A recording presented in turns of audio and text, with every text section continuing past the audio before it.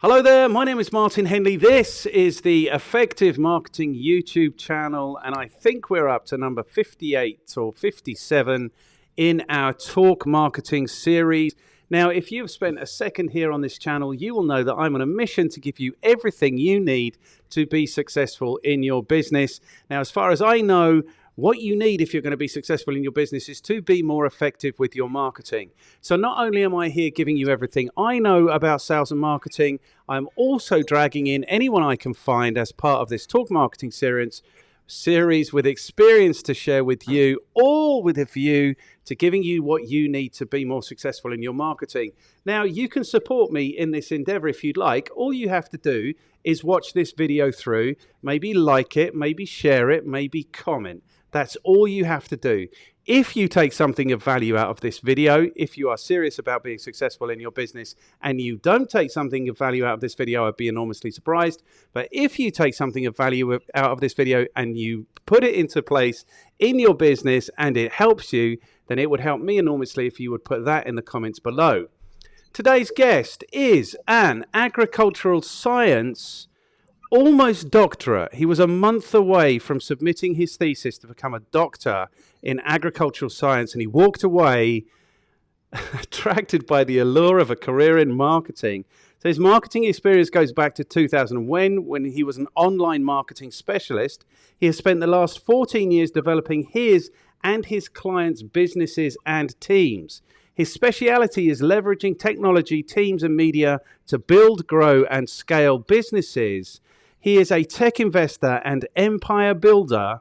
He is a geeky strategy board game fan. He is a geeky strategy board game fan. Today's guest is Johann Nogueira. Johann, how are you, brother? I am fantastic. How you doing? Thank you so much for having me here. No, it's only a pleasure to have you here, man. I'm really excited to have this conversation. As you know, you blew my tiny mind when I saw you present last week. So that's why I'm really excited to have this conversation. I decided at the last second to put geeky in front of strategy board game fan. And that's what screwed it up for me. That's really screwed it up for me. Anyway, we are here. Do you want to tell us what kind of board games? Like geekier than Risk. Risk is the geekiest board game I know of. All right, Spartacus. That's one of my favorites. It's Okay. it's an old board game where it's all about gaining influence in the empire, and you've got warriors to fight, and you can earn money not just by having warriors. You got to think 5 or 10 steps ahead. So that's why this is a real world like board game. Yeah. You play it with people, with real people, with actual people. This sounds insane to me. It's hard to fathom that somebody might be playing a game that doesn't require a face headset or a mask or whatever that might be. Tech investor and empire builder. Let's just get into it because I know that what you've got is really exciting. And as you know, there's only 5 questions here. We haven't really nailed down what your specialist subject is. If your specialist subject were a keyword, what would that keyword be? Business strategy. Business strategy. So, but the thing that you're driving at the moment is largely about lead generation. Correct. It's tech. It's tech. Leveraging tech for lead generation. So let's make that your specialist subject for today, because that's the thing I'm really excited about talking to you about. Okay, so there's only 5 questions. First question is how you qualified to talk to us about leveraging tech for lead generation. The second question is, who do you work with? How do you add value to their lives? The third question is, what is your recommendation for anyone who would like to be doing better at leveraging tech for lead generation? The fourth question is, what should people read? And the fifth question is, who are you going to throw under the bus who might endure or maybe even enjoy to have one of these conversations with me? So you can start thinking about that now. So let's start at the beginning. Let's just let everyone know that there was a child which has sabotaged my pen drawer, which is why I'm covered in felt tip pen.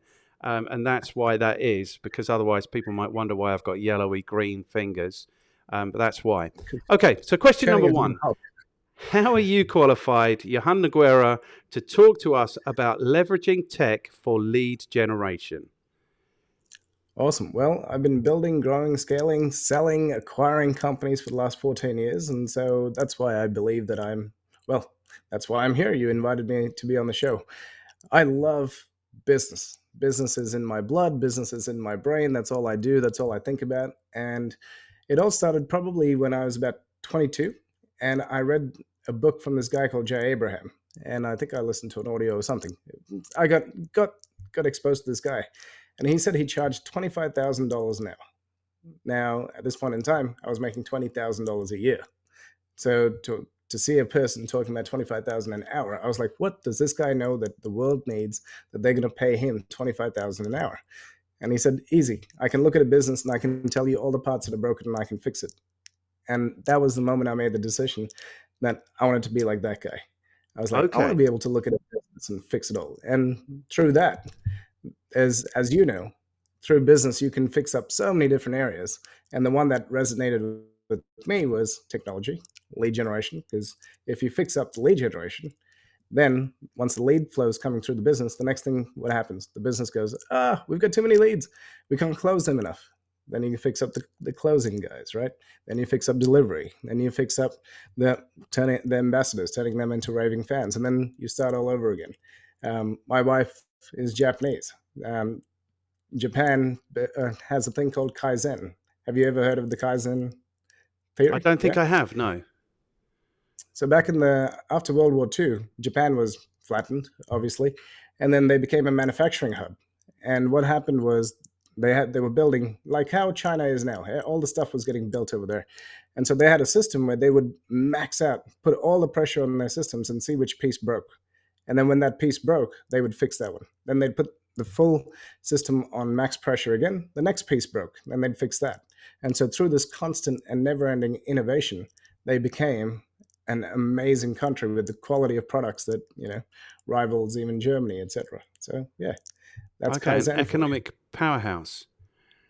Yep. Okay, so Jay Abrahams, are you charging $25,000 an hour? Yeah, we do now.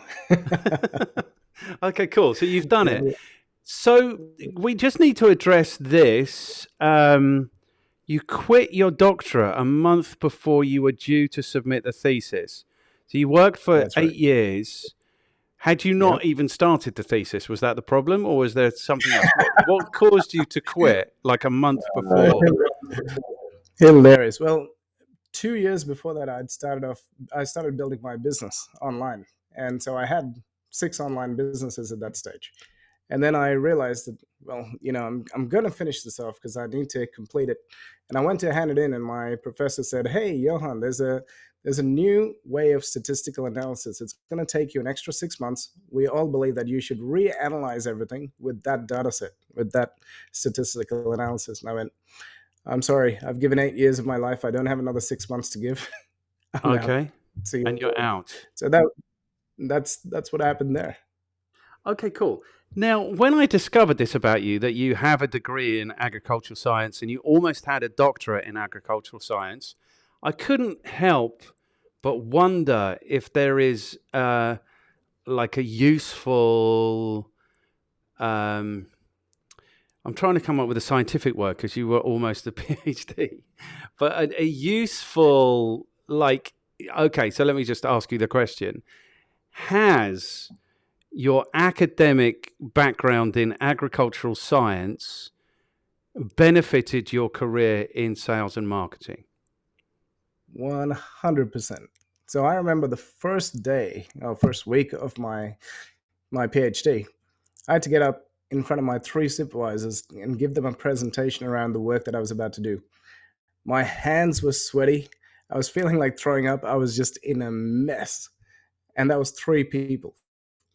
Now, so through that, I had to do presentations all the time. I had to articulate very complicated concepts and distill them down to very simplistic language. And that's what marketing is, right?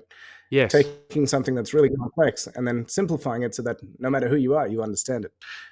So I ended up speaking on stages in front of 1,500 people, 10,000 people, etc. And so that is the greatest gift that they gave me.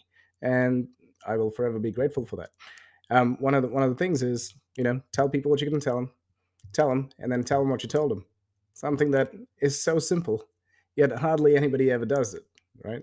Yeah. So speaking in front of audiences was an awesome thing, and then the way of presentation and delivery to sum up everything that you've told them, it's awesome. Just like you did at the start of this conversation, you said there's 5 things we're going to cover, da, da, da, da, da. And then at the end, you're going to say these were the 5 things. This is what we learned. Go enjoy. Go implement. I Yes. suspect. 100%. And I studied politics because academically I was a disaster. So I ended up in politics, like studying politics. And, but I veered towards like the philosophy side of it, which is like essentially it's kind of the history of like the political philosophy is like the history of how societies organize themselves and how they're motivated and all those things. So I think there's a direct correlation between what I do in sales and marketing, which is motivating people. Now that I teach, it's motivating rather than motivating people to buy stuff. It's motivating people to do stuff. So I see a more direct correlation. And I was thinking romantically when I wrote down doctorate in agricultural science, that there would be something about the science of growing crops that is directly correlates to the science of growing businesses. Exactly. Thank you for leading me, because that is a perfect example. Through science, you learn that everything has to be replicatable, and in marketing, if I can replicate my results over and over again, I can teach that to the next person. When I'm running a business, if I can replicate what I'm doing and then get 10 people to do the same thing, we have massive leverage in our company. And that's how it works. Even with simple things like training. Before, back in the day, we would have tribal training, which is, hey, James, sit down, talk to John, tell him what you do. Now, when we employ someone, they get a video from me. Hey, this is Johan. He's the CEO. This is the ethos of the company. This is how we expect customer service. Yada yada yada. And by the time they end up watching that, they get it from the horse's mouth, and they understand how they should, treat the clients and do Yes. their job. So, replication through technology, again, leveraging technology and scientific principles of making sure that it can be replicated, has helped a lot. Okay, super cool. Right, so I really want to just cut through and I want to get to what it is that you're doing now, because it really did blow my mind when you were presenting it. But you presented it kind of differently, because the theme of your presentation was about how to come up with really strong offers, Yep. but basically coming from a place where you really didn't have a strong offer at all. So Correct. tell us about that. Yeah, for sure.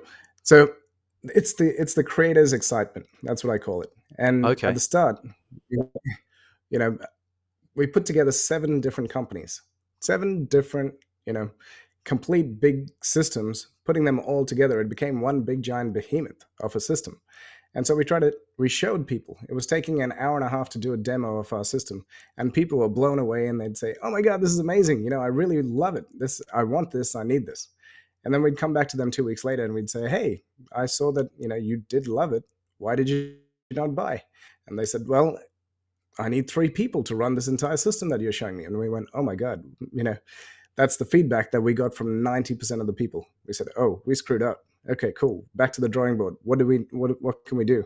So we contacted the people who were using it, who did sign up, and we said, "What are you using the system for?" They said, "There's so much in here. I'm sure I'll take the next year to learn everything, but right now all we need is leads and getting the leads in the system, and then these are the results we're getting." We said, "Oh, that's very simple. That's the simplest part of our program, which is lead generation." So we went back to people. Now, before, we had a certain price point. We was giving them everything at this price point. Now we were giving them one thing at the same price point, and people were literally throwing their credit cards at us because the offer was so simple. They could understand it. Before, we had this big, giant, complex machine, which people would look at us and go, "That looks really cool. Oh my God, that could solve a lot of my problems, but I don't have time to implement that." Now, when we go, "Hey, we'll generate leads for you. You'll be up and running in 24 to 48 hours. When would you like to start? Would you like 1,000 or 2,000 leads per month?" And they went, "Geez, that's easy. And is it worth $300 to you?" Hell yeah. So we removed all the objections, all the price objections that they could ever have, all the time objections that they could ever have. We would have our staff ready to get their system up live in 24 to 48 hours. So therefore, they really had no risk, and we'd give them a 30-day money back guarantee. So that's how we turned a really bad offer, bad in terms of conversion, into a really great offer where people just went, wow, this is a no brainer. Yes, sign me up. Let's go. Good. Excellent. So this goes to where I might have been going wrong for the last 25 years. Okay. And I said this to you before. The issue in marketing, and the issue that I'm kind of on a mission to address, is that nobody really knows what marketing is. Nobody really knows that being in business is an exercise in having customers profitably. And the only way you do that is through being really effective with your sales and marketing. When the penny finally drops and they go to market to look for somebody to support them, then they very often, I think, get robbed. Now, I can qualify that because for 9 years, I ran the Effective Marketing Company as a marketing company, and we were interested in having customers. And I spent the last 7 years of that almost exclusively pitching customers. And I would be the seventh or eighth one in. So I would have regaled to me what the 7 or 8 people had already been through there and the complete bullshit that they'd been peddling. And I might not get it because the bullshit was always much alluring. So this is the issue, is that people don't understand it. When the penny finally drops and they are looking for suppliers, then there are no reliable suppliers. Like the average, and not there are none, but the majority of suppliers are not reliable or can't deliver. And the issue with that is, what's the issue with that is, the issue is that's the issue that I'm at war with. So what I say to people is just understand marketing, get really good at marketing, do it yourself. You can't rely on anyone else to do it. This is how you're going to be successful. And then I sit down and watch your presentation last week, and you're like, no. You just buy 1,000 leads from us, or 2,000 or 3,000, or however many leads it is that you want. And so everything I've been telling people for the last 25 years might be junk. It might not have been junk for the whole of the last 25 years, but now you've made it junk. So you're causing me a problem, brother. What are you going to say? My whole career is based that you've just made my whole career a lie. Nah, let's just reframe that. Most people don't have any idea about marketing. They need your help. They need people like you. Yeah, definitely. Because it doesn't matter what tool they use. If their offer is not good, if their message is crap, if they don't know who to target, like seriously, this is the biggest problem is people don't know who they want to do business with. Yes. And when I say, hey, who would you like my software to target? And they'd be like, what do you mean? Males over 35. I'm like, well, okay, like Yes. that's not your target market. And so we take them through an exercise and we drill down. And then when we get to the example that I gave you was the business coach who was targeting tradies. And he knew that electricians and plumbers was his ideal client because he knew how to talk to them. He knew how much value that they would get from his teachings, that they would pay him handsomely, and that he could deliver and grow their companies and give them results. When he got down to that level, before he was a business coach of everybody, Yes. 5 years ago. And so by him narrowing down and understanding his niche, all the vocabulary, all the messaging, all the imagery, everything was targeted to them. And so when he sent that email saying, hey, James, I know that you're a plumber at blah, you run this company. Would you like to see a 2-minute video on how to increase your profits by 30%? James, the plumber, goes, 2 minutes, 30% increase in my profits. I'll take a gamble because our brains are wired for survive or thrive. Is the message I'm looking at going to help me survive, or is it going to help me thrive? And yeah, I could go and spend 2 minutes on Facebook looking at cat videos, or I could spend 2 minutes and watch this guy's video and it's going to help me by 30%. That's going to help me thrive. So that's how the brain makes that decision and goes, okay, I'll watch the video. Now, what happens in this video? Again, marketing 101. The video has to be so incredible that they go, oh my God, that video was freaking incredible. And then at that exact point in time, James is getting the business coach gets a text message saying, hey, James is watching your video right now. So he texts him back and says, hey, James, I know you watched my video. Hope you enjoyed it. Would you like me to unlock 4 more videos for you? They go for 15 minutes each. Now he's qualifying that person. Again, qualification is something that most people miss out on. They're like, get as many people, get 1,000 people in, And most people, they're like, give me as many leads as you can. And that's a flaw because you don't need 1,000 leads to grow your business. So now he's qualifying them. Once he qualifies them, James goes, wow, yeah, I watched the 2-minute video. It was amazing. Great. Here's 4 more. I'll send you one every day. They go for 15 minutes. And so now that person is watching the video. And as soon as they're watching the video, business coach is getting a text message saying so-and-so is watching the video. And now they can have a conversation about the content of that video. So we can talk about, this is a very, very qualified lead because they are consuming your content. They're getting to know, like, and trust you. You're building rapport with them. And there's a machine out there that is building this rapport with them because humans are predictable, right? Yes. Cool. I absolutely love this. And all of this, everything that you've said so far is automated. So the customer isn't waiting there for a text and then having to draft a text. It's literally automated. Correct. So once the ball starts rolling, it keeps rolling. Okay, good. So I want to go back to what you said at the beginning. People don't know about marketing. They really don't know about marketing. And you're 100% right. Of course you are, about everything you say. What I tell people is what this boils down to is having the right product. What's that? Can you tell my wife that? Can you tell my wife that? No, 100%. I will tell your wife that. But but I will also tell her that everything she says is 100% true all the time because it's more likely to be true. The thing is, for me, that what marketing boils down to, what being successful in business boils down to, is having the right product and then landing the right message at the right time. That's all it boils down to. The right message one more. On the right people at the right time. That's what it boils down to.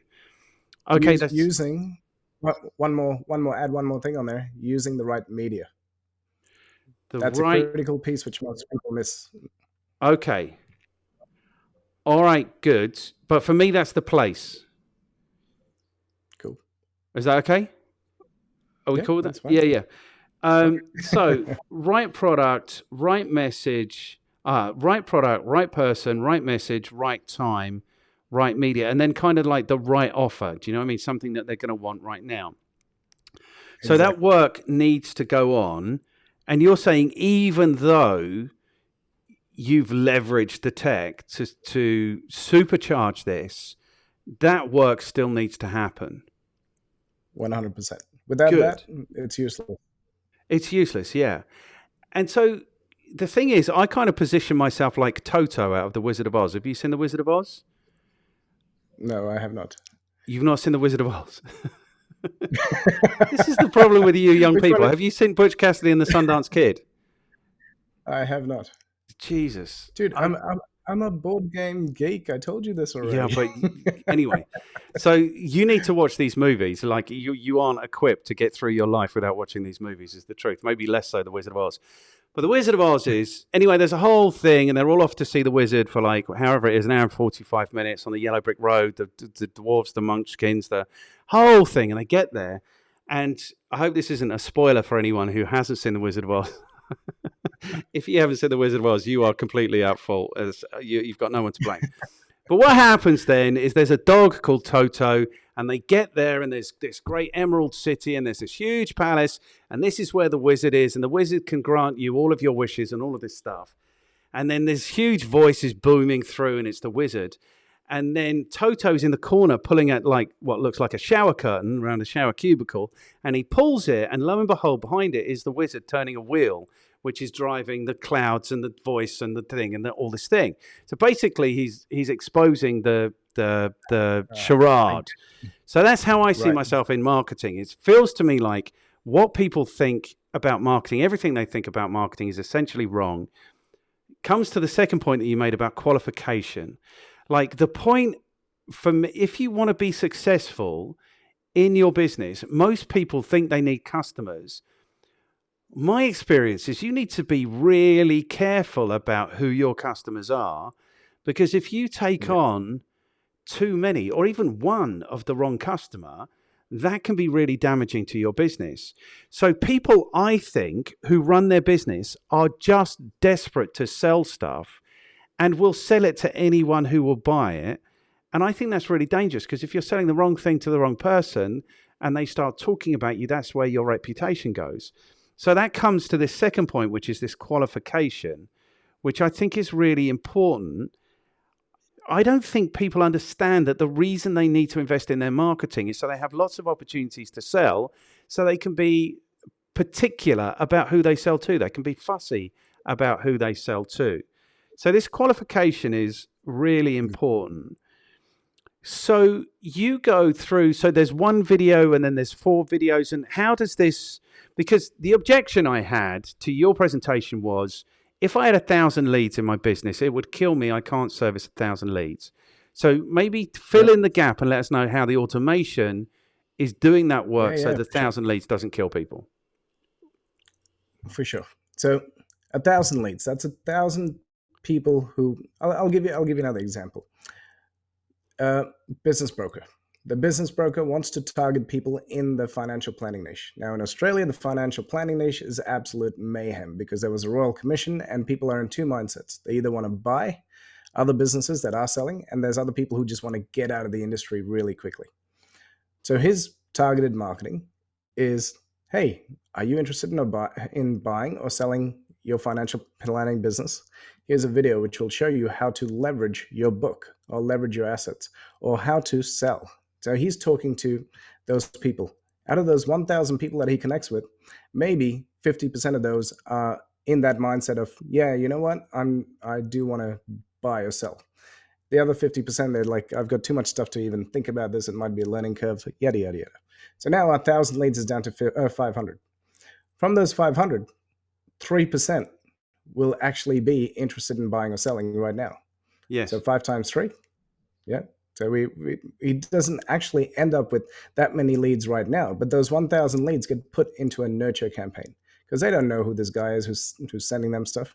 So he starts sending them a top of mind campaign, which shows them that he is the person in the industry when they want to go and sell, when they want to buy a company. It's much like real estate agents. The reason they come and put those leaflets in people's doors, they say, hey, I sold a house around the corner. This is me. And then the next month, hey, I sold 3 houses around the corner. This is me. Hey, I sold 6 houses in the last 3 months. Why? Because they're building that awareness. And when you decide you want to go and sell your house, you're like, I know a guy who sells all the houses around here. I'm going to call that guy up. So it's nurturing them for when they are ready. So it's not 1,000 leads right now who are going to buy. If your message is really, really good, and if your product is really, really good, and the demand is really, really high, then if it's a product, yes, you can sell a lot of it with the right message. But most of the time you'll have supply issues, supply and demand curve, business 101, right? So if everybody's buying it, your product's too cheap. So then you start increasing the prices until you reach that equilibrium. Yes. Okay, cool. So. And I'm happy to elaborate more. Yeah. So that's what I'm thinking. So let's break it down and go through like at the different stages. So literally the first stage is the right product. So are you guys actually feeding back to people or able to assess or let people know if what they're offering is the right thing or otherwise? Do you get involved at that level? We do. So we'll help them. We've filmed tutorials for them to watch and to articulate and go through. Anyway, so there's a course that I created called Get Leads, Get Sales with my business partner, Chris. And we give that to them. So as soon as they sign up, they get that course, which is all about how to get leads, get sales, which is articulating your offer, your target market, their pain points, how to write the right messages. Literally, there's every video that they could ever want, which step by step, they can have their crafted offer there.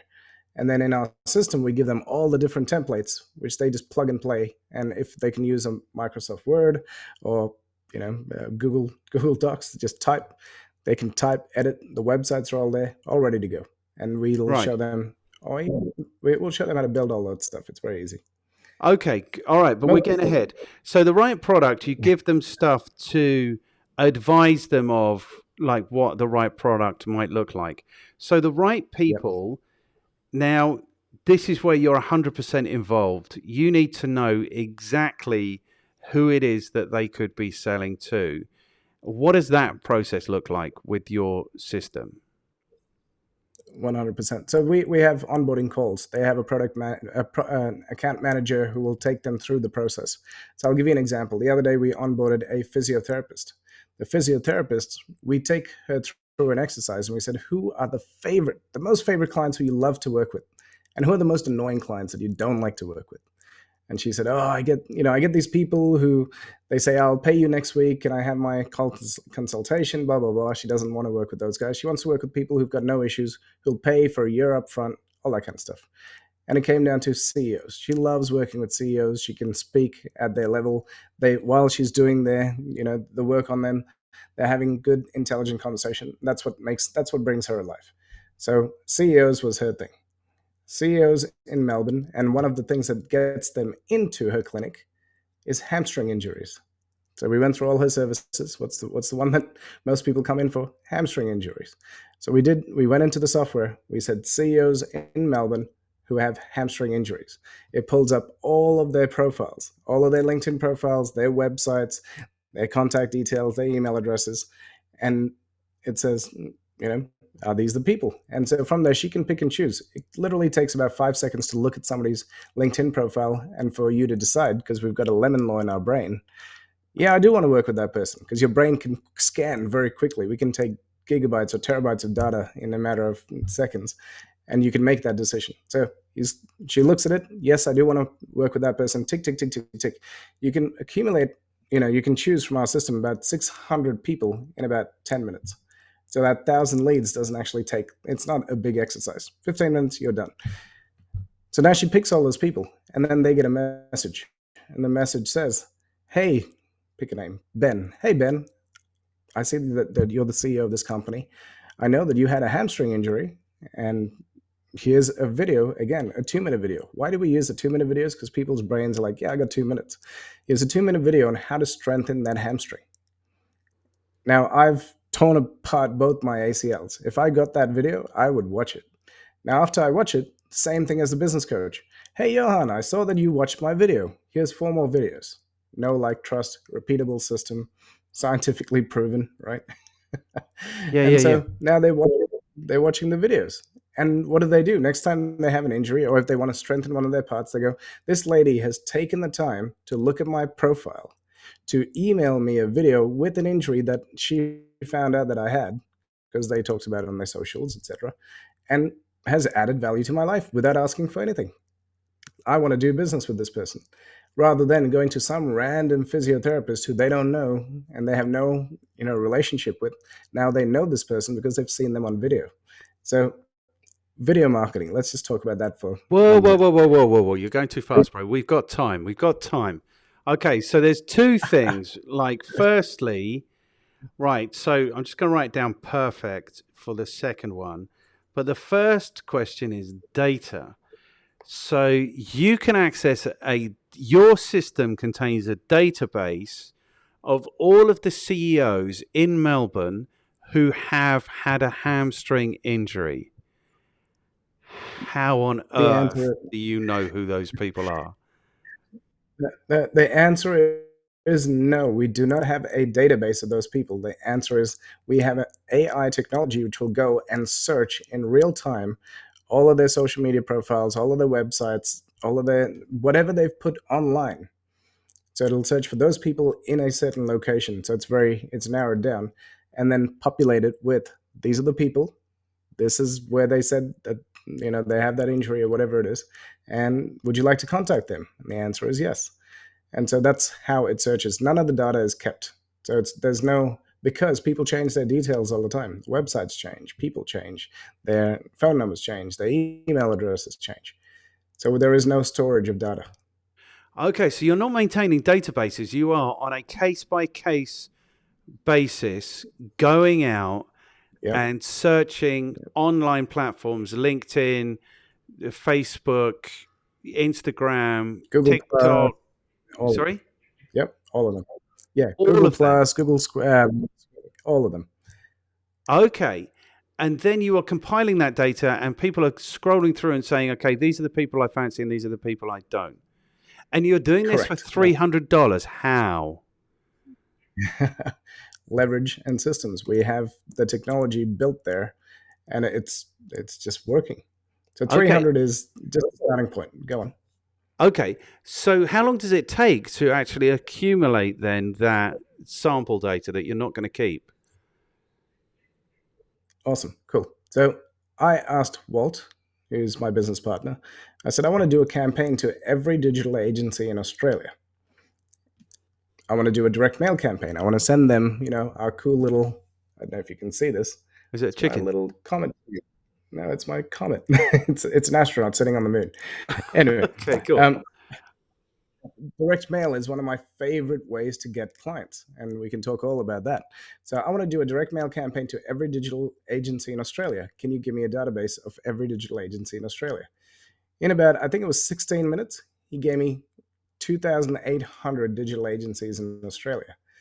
I went and looked at the Bureau of Statistics, the Australian Bureau of Statistics. There's 2,900 and something digital agencies in Australia servicing 3 million businesses. So it was pretty damn close. We nearly got me every digital agency in Australia, right? In 19 minutes? Didn't take that. Correct. Okay, good. Am I hurting your brain? What's that face? You're hurting my brain. You're hurting my tiny brain, man. So the way I was doing it and the way, okay, so let's compare this to the way people are doing it. Like the way people are doing it is they are, oh my God. No, I'm just thinking of applications for this, like, and it's hurting.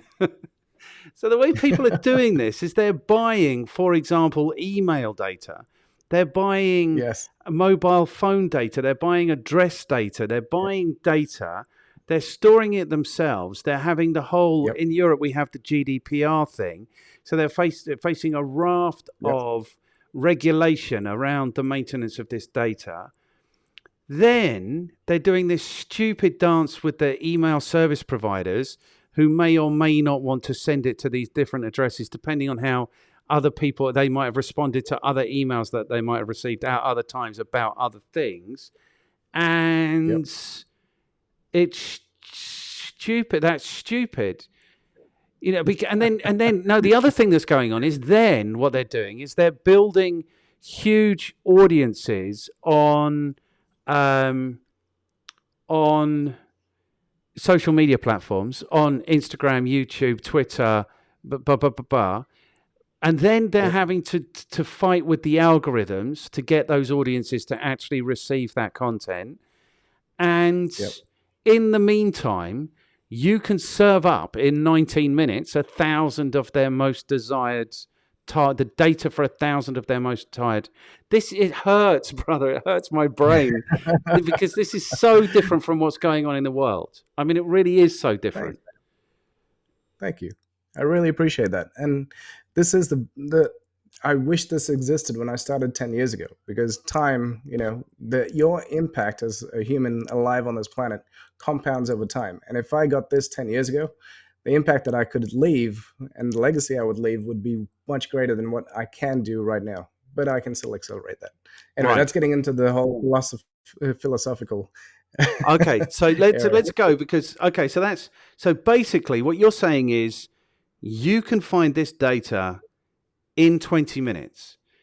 That's what you're saying. Like data that allows, and we'll talk about how then you communicate with them. You want to talk about direct mail.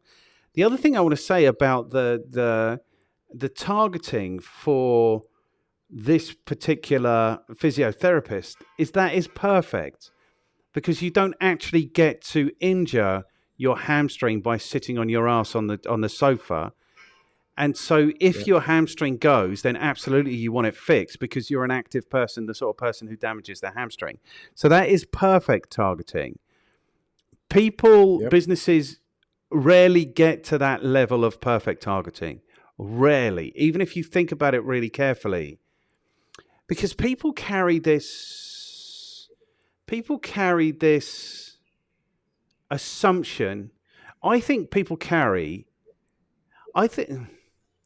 don't expect to sell anything in their business is the problem. They just don't. They don't believe they're good enough. They don't believe their product's good enough. They don't believe they're worthy. They don't believe they're deserving. So I think there is always resistance in businesses, in business owners, to actually being successful. And it's all this stuff. I don't deserve this success. I don't know how to do it. I don't really know what I'm doing. I'm not really offering value. If anyone buys, God bless them, because they probably shouldn't. Everyone out there is better than me. Kind of attitude goes on.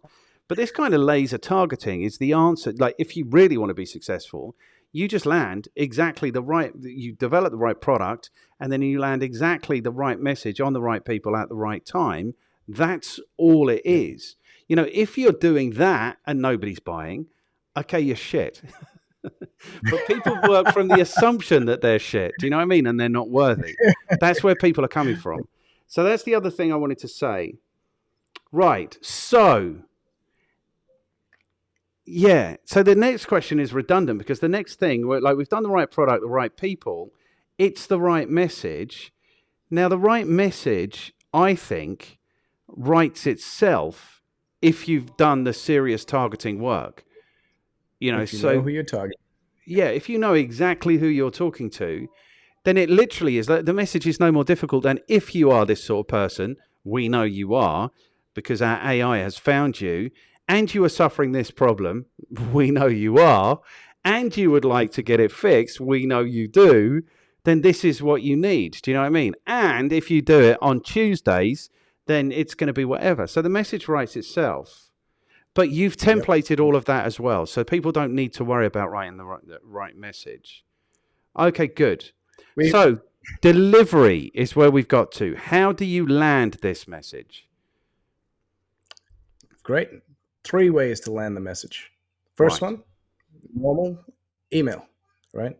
Yep. Well, 4 ways actually. Second one, SMS.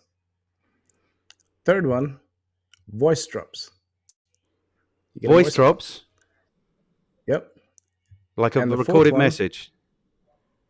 you'll get a missed call and a voicemail, and then you'll go to check it, and it'll be like, "Hey, James, I know that da da da da da. I know that you're the plumber, Yep. and you run this business, and I've heard about you, and I think you're freaking amazing. How would you, as a gift to you, I think that this is really going to benefit your company. Here's how to increase your profits by 30%. Have a listen. This is my personal number. You can call me, you can text me. I really think that I can help you. 2 minutes of your time, 30% Okay. increase. I guarantee you. That's it. Okay, cool. So we've got email, SMS, voice drop then, and the last one is direct mail. Direct mail. Yes, Like it's my favorite. 1988 all over again. That's right. Because when everybody's doing one thing, you do the other. No one expects direct mail. And so when you Okay. do direct mail, it's a surprise. And Right. I'll give you a couple of strategies if you would like about direct mail of how we use it. Yeah, go on. Yes? Cool. So we want to acquire a new client. We get, if you picture in Australia, we've got yellow envelopes. In America, we use FedEx, right? So these yellow envelopes with a big confidential stamped across it. The name is handwritten on the envelope. So it's a big A4 paper. And inside you can feel there is something. Now, because it's confidential, it gets past the gatekeeper. Because you can feel something, it gets stuck on the top of the mail pile at the CEO's desk. The CEO looks at this package, it says Because you confidential. He can can't see that balance there's other things on top of this thing because it's got something. Okay, cute. exactly. So it's on top. He walks in, it's on top. He can feel there's something there. Now we all love presents. You know, at the end of the day, we're all kids in our brain. Ooh, a present. Somebody sent me a present. Cool. Wonder what it is. And confidential. It piques his curiosity. He opens it up, and there's a dinosaur in there. And the dinosaur, you know, there's a post-it note on the letter pointing to the dinosaur, which is stuck onto the paper. And it says, your marketing systems are gone the way of the dinosaurs. It's extinct. You need to read this letter. We're going to show you exactly what we do. That's the first one. And the Yep. whole purpose of that is just to get attention and to start programming them. Because in a week, the people who do not open or do not reply or do not go and watch that video, because remember, as soon as they go to watch that video, we know who they are. So they get removed from the next list. So a week later, they get another one. This time, it's some articles, newspaper articles with a catastrophe that's happened in that industry. And it says, avoid this, you know, this can never happen to you. And again, there's something lumpy in there, and it's a magnifying glass. And it says, use the magnifying glass to read the bottom line or read the fine print. Now they use it, and the fine print says, you need to call us. We're going to save you or make you 20%, whichever way, you know, whatever vocabulary you want to use there. Yep. So now there's people taking action. The third one that goes out is 2 little dice. Again, same formula. Now they know. Now they're excited. They're like, ooh, I wonder what's going to be. It was a dinosaur first. Now I got a magnifying glass. Now I'm going to get 2 dice. And the title says, don't gamble with your business's future. We've got a proven scientific way to help you build, grow, and scale your company, or whatever the words are. Now you've got their attention. The fourth one, now they haven't, if the person has not replied by the third one, the fourth one, they get a giant postcard with a guy with binoculars saying, hey, just letting you know, we don't care. We don't want your business. We just need to know you're alive because we've tried to get in touch with you 3 times and nothing's happened. Just tell us that you're okay and we're going to stop mailing you. And then the 5th time, they get a phone call. Did you get my dinosaur? Did you get the dice? Did you get the magnifying glass? It's no longer a cold call. It's you're the dinosaur guy. You're the dice guy. Man, that's brilliant marketing. No one's ever done that before. Da da da da da. You cut through to the exact person. So that's the strategy there. Okay, but the strategy is that you aren't sending the next thing to everyone. You're only sending it to the people who engaged. Didn't engage. The people who didn't engage. The people who didn't engage. The people who didn't engage. Because the people who've got engaged, you've moved on. Okay. Correct. There's a guy in that group it's something handwritten business or something is his thing. So he's like a direct mail guy. And he was telling us how he was working for the YMCA in Sydney and their attendances had plummeted and stuff. And he was sending stuff and the tagline was, where the bloody hell are you? I was sending them maps with like magnifying glasses, like you clearly lost your where the bloody hell are you? There is cute stuff that you can do with direct mail, but direct mail is really expensive, especially if you're sending magnifying glasses and stuff and like dinosaurs. It adds up. Well, so we've got data on both sides, and we've been running Google ads, Facebook ad, LinkedIn ads, and to get in front of somebody, you're spending between $20 to $50, depending on who you're talking to, to get their attention. Now, direct mail, that campaign, we sent it out to 1,000 something CEOs. It cost us $3,000. It was $3. Yes. So $3 across 1,000 people. If one client closed from that, we made our money back in spades. Yes. And usually our conversion is about 20 to 25%. Okay. And this is for your business. This is for Comet. No, this is for a digital marketing agency. So I have a couple of different businesses. Right. So I have a digital agency as well. And so that's where we use this strategy to get those people. Okay. Cool. Yeah. And I mean, back in the day, we did with a client, I don't know what it was. No, I do. I think it was some kind of like business consulting something. And we direct mailed them some like sticky toffee. So it's like, if you need us to come and help you chew on these sticky toffees, here's the number. Do you know what I mean? There's like really lots of really cute things you can do with direct mail. There really is. There's a guy over here who makes clear cases with a lock, a numbered lock. And so like in these clear cases, you can... Yeah, correct. They're little boxes, right, with the number lock on them. And you can fill it with all sorts of funky things. And then you mail it, and when they open it, it says, call me if you want the combination. Now they're looking at the thing that they want. Yes. And they can't get access to it because they don't have the combination, so they have to call. Yeah. I love direct mail. Good.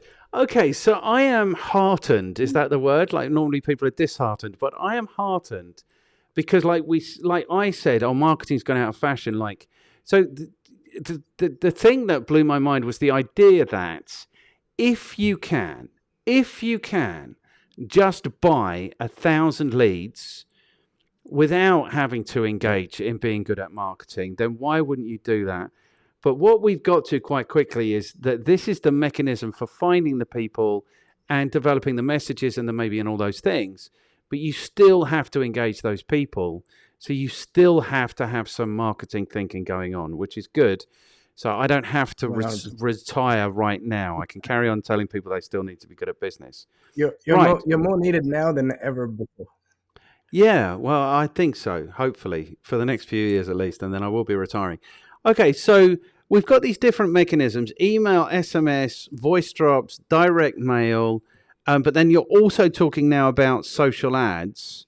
Can So, I yep. get so on the voice drops? So we'll get to social ads in a second. The voice drops. There's a guy who's using the voice drops, and the first voice drop you get is that, hey, I know that you're a plumber. I can help you increase your. Please call me. Like standard type of thing. As the weeks go on, the voicemails get more funnier and more intense. And the eighth voicemail, I won't walk you through all of them. I'll tell you the eighth one.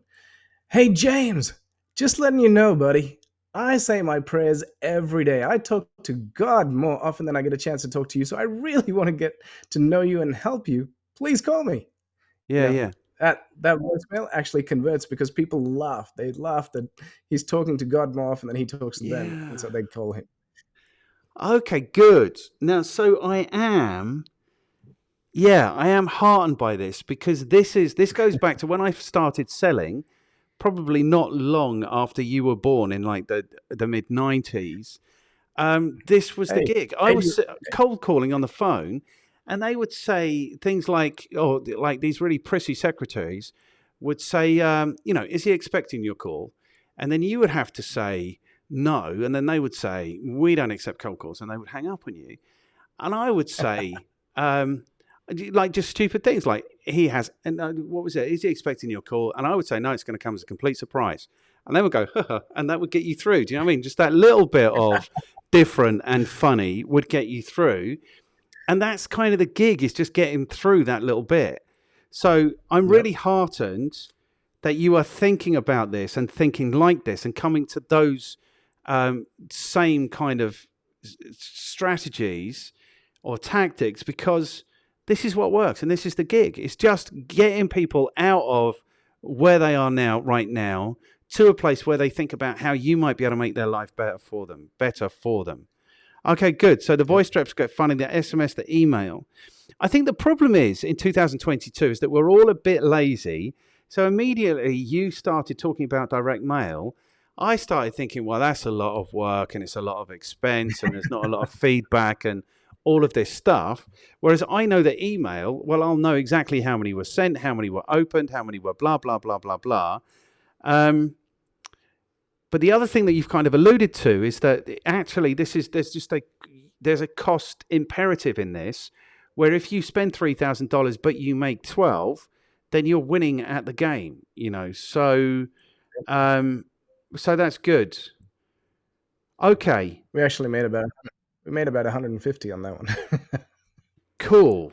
was the best 3,000 one. Yeah. Well, if there's only whatever there is, if you are being like, if you know that it's the right product and it's the right person and it's the right message and it's the right time, then why not start investing? The only reason then not to invest is if you're less than sure about all of those things.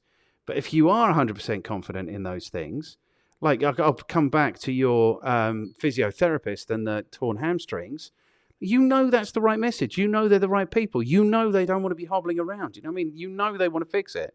So why not just go and get Yep. as many of those as you can as quickly as possible? Okay, the thing that you're going to struggle to convince me on quite as easily is the social ads, because I hate social ads. I hate it. Okay. Awesome. Johan, So I hate it. you remember that list of 1,000 Yes. target people? Yes. You click a little button which says add to custom audience or create custom audience, and those ads automatically only target those people. Right. So this comes back to what you were talking about, the right media. Yes. So because your AI has sourced this data from those specific platforms, so you know where they are spending their time. So that's the right 100%. media. Some people, they prefer the phone, like a phone call, and Yes. those are high net worth sales. The younger generations, they only want text messages. They will never call you. They'll literally, the way to commit. We have a sales team that specializes in SMS closing. Who knew this was a thing? They will sit there and all day they just are SMSing people and just messaging them and closing them over. They've never talked to this person. They've only ever SMS them, and they've closed them. And then they come into our system. They don't want an onboarding call. They just want to watch the videos online and do it all themselves. And then they'll come onto the Zoom, they'll watch it, they'll have their profile off. It's so funny. I call them the lucky strangers. We're lucky that there's these strangers out there who we don't know who are giving us money every month. Yeah. I worry about that, though. I worry about the state of society, that there are a whole raft of people now. Like, I've had this conversation 100%. before where I've cold called tens of thousands of people, important people. Now I don't cold call my dad. Like, he always gets a message to say you called to chat. Do you know what I mean? I worry about that. I do worry about that. Okay, so now we've got to the how you deliver the message, and that's the right offer.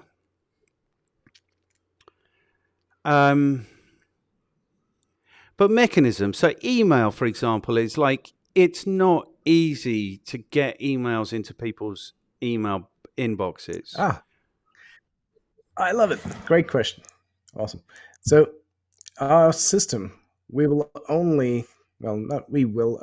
recommend you only start off. So we have a drip feed system. So you got 1,000 leads and you got a month to go through them. And then in a month, at the end of the month, you're replenished with another 1,000. So what you do is, as soon as they add it to your database, you drip them out at 10 a day. Right. So your database is getting accumulated no matter what, right? So people were fearing, oh no, I'm going to lose my leads. No, you're not going to lose your leads. First of the month, boom, you've got 1,000 leads.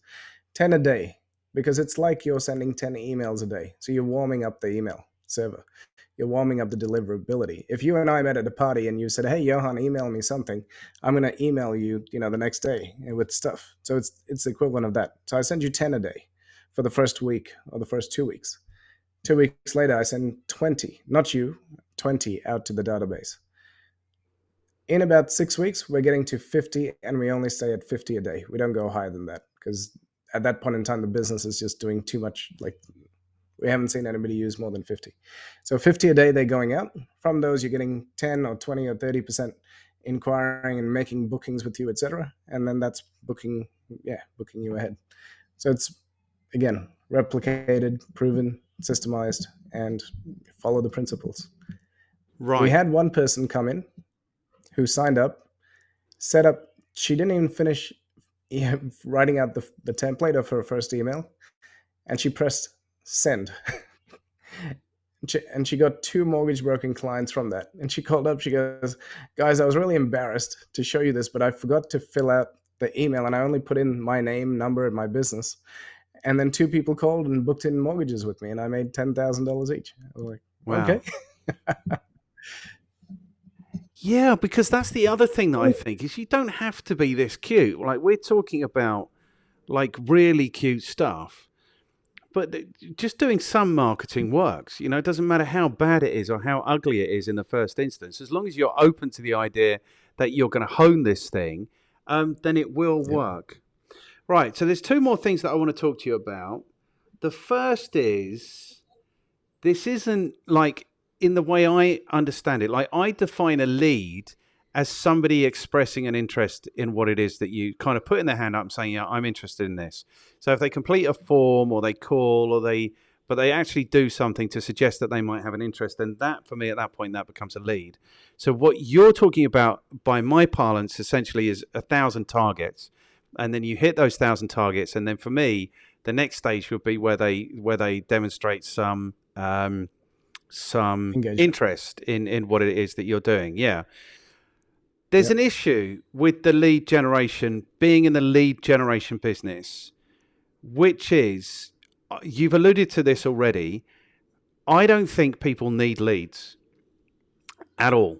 Like, it would be better if they never had a lead. What they need is sales. So if you've got someone who's really motivated to buy something, then those are the kinds of leads you want. What you want is 100% conversion of your leads. That's the ideal, because otherwise leads become work, and then people go into this whole pipeline. And I've got a pipeline of, I don't know, hundreds of thousands of dollars, and then they become really comfortable that these hundreds of thousands of dollars are coming, but they're not coming because none of it's been qualified ever, and they've just never given anyone the opportunity to say they're not interested. And so that's my issue with that. There's a guy on Facebook on YouTube in the pre-roll ads from California, and his shtick is if you haven't got 200 leads a day coming into your business, you are essentially going out of business. Now, that blows my mind because what if I'm in the oil rig business and I sell an oil rig every 5 years because there are only 5 oil rigs a year sold? Like, I'm not going to get 200 leads. So it's too generic and it's not true. But the thing about 200 leads or leads is that leads are work. You know, like if I'm going to employ a salesperson to follow up on 200 leads a day, it's probably going to take them 3 days for every 200 for every day of lead generation I do. So the issue with being in the lead generation business is that this is where the scalpers are. You know, this is where the robbers are. They are also out there convincing people they need leads all day, every day, and then selling them so many leads. So you are really close to the worst aspects of marketing, is what I would say. Would you agree with that? No, not really. Business. There's all sorts of people in business. I think when people hear you and understand, we haven't talked about leads until the end. It was all about their business, their offer, their product, how that they can craft something that's really compelling, and then Yes. let's go show this to a few hundred people, and let's see how they react. And Yes. those people generally react positively because what we crafted in the first stage was something compelling, something worthwhile, something that's actually going to add value to their business, to their end target. And so the lead generation is the last part. It's the last button that you press because you need to create all this other stuff first. Yes. The people who you're talking about, scalpers and things like that, they they don't live in my world. They don't exist No. because they're useless to me. Yeah. And I'm not accusing you of being part of that, but I'm just saying that Oh, I know. you're positioned near where they are, is what I'm saying. And that doesn't Yeah. matter. I mean, it doesn't matter. It doesn't matter. I just think people need to, like, people get very excited about leads. And I think people need to understand that there's no point in having a lead unless you can convert that lead. And there's no point in having Yep. 1,000 leads unless you can convert, like by my parlance, these are people who are demanding your attention now because they're interested in what you have. That's really damaging if you can't actually satisfy those leads, you know? So it's like, and you So don't we, even we want, call yep, we don't even call them leads. We call them clients. Now the difference between a customer and a client is customer is transactional. A client, you have a responsibility to look after this person. They're going to be a client. They're going to be paying my bills, my kids' bills, and their kids' bills. Like that's how we look at, a client, one person. If we add value to this person, they stick around for 10, 15, 20, 30, 100 years. If it becomes generational, yep. that's the relationship we're after. And so that's the ethos that we have in our company, that every client, you need to look after them like they are a family member. And when you have that, like genuinely, we have people, on with our customer support, with our team, with my CEOs and directors, talking to them at 2 in the morning because they are in the middle of doing a big launch and they need some help, and people go out of the way to help them. So Yes. I So think this there's is there's actually, different levels. You go yeah. on. So you're leveraging the technology, but it's also a personal service if this personal service is required. Okay, cool. Yeah. Yeah. So it's not just leveraging the technology. It's not just leveraging the technology. Okay. So where does this work and where doesn't this work? So if I give you, because I'm thinking applications now, I'm thinking like, who do I know who's going to benefit from this service? So for example, I have a mate in the UK and he runs a print business. So it's pretty low ticket and it's pretty low margin. But what do I want to say about that? I want to say, so for example, can you, with your system, identify for him 1,000 or 2,000 or 5,000 print buyers and make it more specific and narrow it down, narrow it down, narrow it down? So does it work 100%. in that kind of almost commoditized situation? Products are easy because with a print guy, it's really funky. So I've got my neighbor is actually a print guy, right? Okay.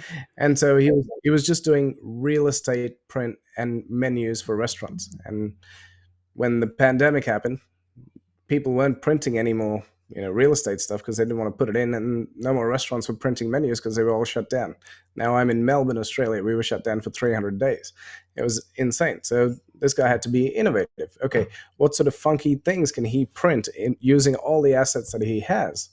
And it was boxes, logos, caps, t-shirts, all these other things that he could print for a business, which added value to them and to their clients. So it was no longer about business cards. And so he started creating all this new collateral, a new offer, and then mail that out to CEOs saying, hey, your company, look after your tribe, look after your clients, make them feel special. We're going to print out blankets, we're going to print out caps, we're going to organize your banners, all that kind of stuff. And people started taking him up on that offer. So that's the print. Okay, cool. So it works for print. Okay, then. So you asked me who does it work for and who doesn't it work for. B2B, 100%. That's what this is built for. B2C, it doesn't really work when you're trying to sell a product. Right. That product, just a consumable, it doesn't really work. But we have a great case study where a guy who is launching a new juice. So he said, I want to use your system. How can I use the system? I said, okay, cool. Well, who are you targeting? He said, well, I've got my juice. I think it's incredible. I want to launch it out. I need distribution. I said, okay, how about we target all the distributors? Okay, cool. Boom, boom, boom. In about 5 minutes, we had 500 distributors. That were his ideal target. He went, okay, cool. Let's target these distributors. What video did we create for them? Hey, how would you like to know how to get 10 times your distribution levels currently? It's a 2-minute video. Would they watch it? Yes. The second video was some along the lines of how to add a new product to your range and 30 times your profit, something like that. And so they click it, they watch it, they call him up, they book in, and they go, cool, yeah, great, send us a sample pack. And it takes them through his funnel, his pipeline. So yes, they've called, yes, they've showed interest, yes, they've got a sample pack, yes, they've placed their first order. Now they're on rebilling. So that was the distribution of the distributors. The second target was cafes and restaurants. So new juice going to cafes and restaurants. The cafes would get an email saying, this new juice is all the rage. Order your sample pack now. And then we'd have beautiful images about the juice and what makes it different compared to everything else and the profit margins that they would make. So all about them and how their business could benefit from it compared to the rest. So he had a table with, Coca-Cola and all the other juices, and his was the healthiest, but the most cheapest for the restaurant or the cafe to have. And the third one was schools. So, hey, this new juice, scientifically proven, here's the studies attached, gives kids more focus, more energy throughout the day. Would you like to order a case as a sample? So from that one campaign, he made $504,000 in the year, just from that one campaign. And he had, out of his 1,000 people, I think 25 engaged, but they buy monthly and they buy by the cases. And because he targeted the distributors, he targeted the schools, he targeted the cafes and restaurants, he marketed to the right people. That's how he could turn 25 customers into 504,000 or whatever it was. Okay, cool. And I suppose the commercial viability of this will depend on the profit in the product and the popularity and the fit and all of those things. But what sort of conversion rates are you seeing? And what do you consider to be generically across the board? What is an awful conversion rate? What is a good conversion rate? What's a conversion rate that you're really proud of? Really proud of 40% open rates. And conversion rate, it's different across every industry. It's between 10 to, I'd say, 20%. Yeah. Okay, good. And the thing is, I think that I haven't quite said, but I'm thinking throughout is it's not about leads, it's not about sales. At the end of the day, it's about the profitability of your business. Do you know that? And that's really the metric that you need to be focused on. So that's what I wanted to say before. Okay, cool. So what was the other thing so actually what you're saying throughout consistently is this thing, right product, right people, right message, right time. That's the key. And all your system is doing is enabling that to happen. Yeah. But you're not relying wholly on the system to do that. You're also supporting people through that process to make sure it's the right product, the right people, the right message, the right time. This is really cool. Okay, so Thank okay, no, still, my mind is still blown. Okay, so what's the point of this now? The point of this now is, does this work anywhere in the world? Can I say to you, okay, I'm in West Sussex or I'm in Brighton in the United Kingdom and I want these kinds of people, and your system will go and find those people? I had on the call a guy from Trinidad who said, I want all the CEOs of the banks in the Bahamas. I said, Right. sure. I was on a live call with him. I pulled up my screen. Location, Bahamas, title, CEO of banks. And boom, all the banks showed up. And he's like, that's my client, that's my client, that's my client. He provides IT security for banks, So right? it's accurate So as he's well. like, those are my 3 clients. Yeah. And that actually happens so often where people go, that's my client, that's my client. Oh, wow. And by them seeing that, they go, that's the social proof that they need. They go, Yeah. So done. that reverse And confirms that targeting has been done correctly. Okay, good. Right. So I want to give you another couple of instances very quickly. You can just say yes or no. I know the answer to the question is if you've got the right product, the right people, the right message, the right time, then it's likely to work. But so, for example, if I'm looking for speaking gigs, okay, because I'd Yep. like to be a keynote speaker, can you help me with your system? 100%. Okay, cool. 100%. Because now you can target market to every event organizer or Right. every certain type of event organizer or every venue that hosts them. Yes. Cool. Right, the Basically. next one is me. I'm not going to pretend it's not me. I want to grow my YouTube channel. Can you help me, Johan? Yep, for sure. How am I going to help you? Well, we have another tool, which is not the main tool. So as I said, there's 7 tools in our system, and we only sell one right now. But we have another one which does competitive analysis. You literally tell it what you want to do, and it'll find. So in terms of YouTube, it'll find all the people all your competitors, why they are your competitor, what are they doing right, what are the words that they're using, what is the imagery that they're using, and it'll tell you everything about them and their ads and how long the ads have been running for. And then through that, you can just look at it and make a decision and go, oh, that's what I'm not doing. Does I'm it tell not you doing that. who I'm their not doing that. subscribers are? No, I wish I could do that. Can you That would run? be a great. So now I'm just scalping you for free consulting. Can you run ads on YouTube to other people's subscribers? I think you probably can, can't you? You can run ads to particular videos. Yeah, So if yeah. anybody loves this Tony Robbins video and it's got 3 million views, you can target market directly to that. And Yeah. if you bid high, you're going to be prevalent. You're going to be first. Yeah. Okay, cool.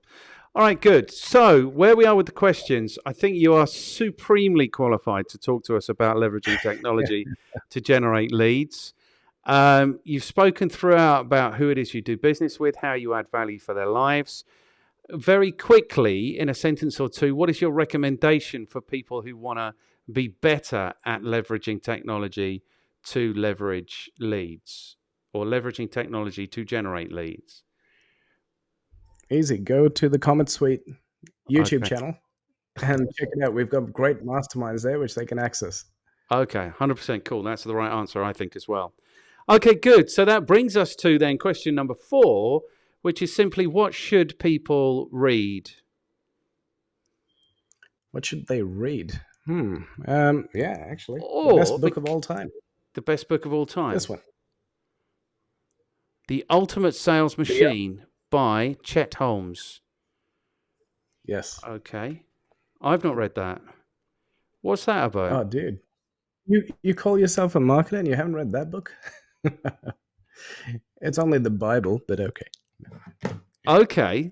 So the Bible, why? What makes it the Bible? What qualifies it to be the Bible? That helped me build a $20 million company in 4 years. Just following the principles in that book. So that should qualify it. All right, super cool. Okay, good. Okay, good. Then that brings us then to question number 5, which is who can you throw under the bus? Who can you introduce me to who might endure at least and maybe enjoy to have a conversation like this with me? How have you found this experience? Has it been okay? Oh, it's been fantastic. Thank you. And I really love the banter and the toing and froing and all the examples you gave from your experience. I loved it. It was fantastic. Okay, cool. Made my life so much more easier. Are you being truthful now? Because we spoke last week and you said, look, I've done 30 of these. They tend to be quite boring and not useful. So are you blowing Yes, smoke at because me, or is this true? no, it's true, and that's the reason I called you. I said I want a different experience. I Cool. want it to be different because the last 30, it's just tell me a story, and it's just me talking for an hour, and I don't like the sound of my voice. So I'm like, come on, man, ask me some good questions. Let's drill in, which is what you did. You like, and you said no, stop. I need to know, blah blah blah, blah. And you challenged me in a few things, which is great because then it extracts more information from here. So I had a great time. Thank you. Super cool. That's what I'm trying to do. Because the problem with us people, us sales and marketing people, is that we've produced this veneer that we show. We've got a 15 minutes, we've got a 45 minutes, we've got a whatever. And what I'm hoping to Yep. do is just get beneath that a little bit, because that, I think, is where the value is. There will be, like, everyone will have been bombarded by, I can produce you leads, I can produce you leads, I can produce you leads. You know what I mean? So they need to know how your thing is so different. And I think if they listen to this throughout, then they will. So that's cool. Good. So you've enjoyed it then. So these people that you can introduce me to, they should enjoy it as well. Who can you introduce me 100%. to? I'm going to introduce you to my polar opposite, but one of the most amazing people, presenters that you'll ever speak to. His name's Walt Bayliss. Walt Bales. Bayliss. Bayliss. Bayliss. Why is he? You said he's the most amazing presenter, speaker, articulate human being that I've met. Yeah, he's freaking awesome. Wow. Okay. So I'm excited about that. Cool. Is there somebody else you can introduce me to? I've got a database of a lot of people I could introduce you to. Okay, cool. Most people give me two, and then if one happens, then the show goes on. John, I'll give you another one. Chris Farace, Farace. He turned a business that was doing 50,000 into 4 million in 8 months when the pandemic hit. So his entire business fell apart at the start of the pandemic. He pivoted, and we all hate that word, but he pivoted. And then 8 months later, during the pandemic, he had $4 million in his bank account. Wow. Okay, that's cool. That's a story you want to hear. That's a story I want to hear. And those two gentlemen that I've just spoke about, they're my business partners in common. Okay, perfect. So they should do it then if you recommend them. That would be absolutely perfect. So if you could do like a LinkedIn introduction or an email introduction or something like that, then I will pick it up from there 100%. Brother, this has been such a cool conversation. They all typically are, but your thing, yeah, it just blew my. I mean, it's still different, so different from what people are doing. I think one of the big issues is in marketing is the waste. There's a guy I spoke to here called Barnaby Winter, and Barnaby Winter is like a proper old school brand guy. And he's worked with all of the brands, the household names in the UK. But his thing is that they weren't household names before he worked with them. But his other thing is about waste. It's like if you need 10 sales, you don't really need more than 10 people on your website. Do you know what I mean? If they're the right people, it's the right product and the right time and all this stuff. And I think this is one of the big myths of marketing, is that you need everyone on the planet to know about your stuff. It's not true. You just need the right people to know about your stuff. And one of the first things we do with clients is they all want leads. They come to us for leads. We go, instead of, I'll deliver you leads right now. Let's send out these 4 emails to your database. They go, what's that? I go, it's a reactivation campaign. We're going to reactivate your database of your people who've already done business with you, who know, like, and trust you. Yes. And you have all the leads you want in your database right now. They're like, oh my God, this one guy did it. He sent out 4 emails. He pulled out $800,000. He's a steel manufacturer. $800,000 in orders over 1 weekend. And he's like, they were sitting there this whole time. I'm like, yeah. So this is the thing, I think, about what you're doing is that, see, I don't think it's about the system. I don't think it's about the AI. I think it's about the approach, because the approach is like nothing's a problem. Because, like, for me, I have issues in my life. I really do. But one of the biggest challenges of being in digital marketing is that you're dealing with these platforms. You're dealing with these email service providers. You're dealing with, you're dealing with difficult people, and they're not even approachable. It's not like they're or accessible. And those are the issues. But basically, I think what you're doing is you're just launching clear of those issues. You know what I mean? Like, all of these things have been factored and countered and aren't going to be an issue for the people who approach you for this kind of work. So I think you're doing an amazing job for the world, Johan. Thank you so much for being here. Thanks, man. Thank you so much for having me. I really enjoyed it. Okay, I really hope you're not just blowing smoke at me. I really do. Okay, so what we'll do is we'll say the pretend goodbye now for anyone who's made it this far, and then I'll stop recording, and then we'll say goodbye like normal human beings. Johan, All right, Tia. I've thoroughly enjoyed this, man. Thank you so much for your time today and for your really, really useful insights and the way that you have made this achievable for people. I think it's really important what you're doing. Thank you, man. I really appreciate it. Cool.